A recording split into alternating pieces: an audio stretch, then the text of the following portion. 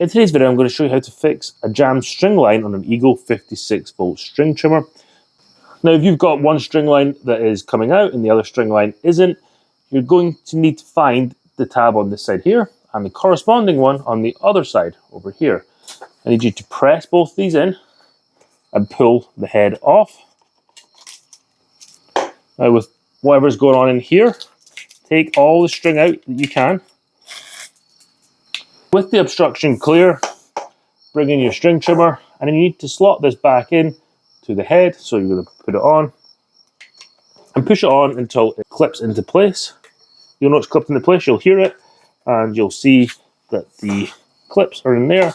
If it's not going on, try spinning the head around a little bit in a different position and it will lock in place. But now we've got this completely secured how it's meant to be, and then we can thread the string line back through the string trimmer. So that's how to fix a jammed string line on an Eagle string trimmer.